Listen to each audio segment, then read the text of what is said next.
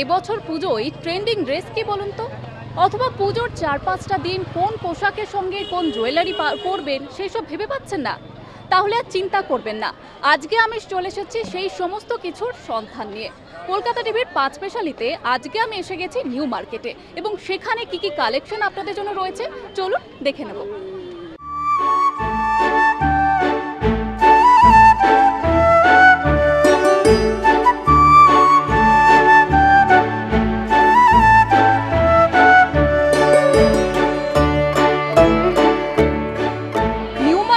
নতুন নতুন কালেকশন থাকবে না সেটা তো হতেই পারে না। তাই ইতিমধ্যেই কিন্তু জমে উঠেছে নিউ মার্কেটের বাজার, এবং সকাল থেকে রাত পর্যন্ত ভিড়ে ঠাসা কার্যত। এবং কি কি কালেকশন রয়েছে জেনে নেব কাস্টমারদের কাছ থেকে। দুর্গাপুজো মানেই নিউ মার্কেট, অবশ্যই আসতেই হবে একবার হলেও। তো আজকে ফাঁকা ছিলাম তাই চলে এসেছি। আর নিউ মার্কেট মানেই হচ্ছে খাওয়া দাওয়া, তার সাথে শপিং, দুটো একসাথেই চলবে। তো এখন এই সবে এসেছি, তো দেখা যাক কী কী কিনি। এখনও কেনা হয়নি কিছু, তো এখন দেখা যাক। এর বছরে যেরকম কালেকশন ছিল ওখান থেকে নতুন ধরনের কিছু এসছে, কিন্তু যাই দেখছি একই ধরনের অনেক প্রিন্ট। এবার বেশি যদি একই ধরনের প্রিন্ট যদি বেশি উঠে যায় তাহলে তো ওটা খুবই কমন হয়ে যায়। তো তাই জন্যে একটু আলাদা আনকমন ধরনের জিনিস একটু খোঁজার চেষ্টা করছি এখানে, তো সেটাই খুঁজছি।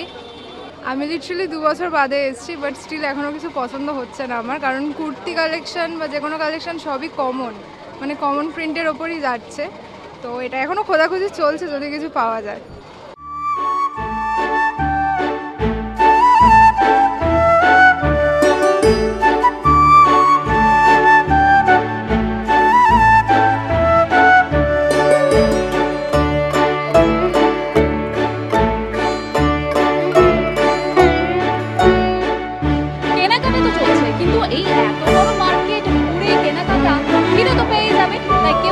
আইসক্রিম, কেউ খাচ্ছেন কোল্ড ড্রিঙ্কস, কেউ বা বিরিয়ানি, রোল।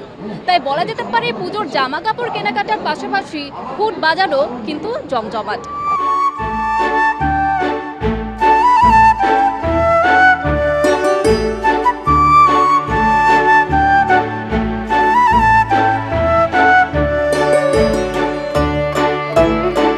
হাতে গোনার মাত্র কয়েকটা দিন, তারপরেই আমাদের শ্রেষ্ঠ উৎসব দুর্গাপুজো।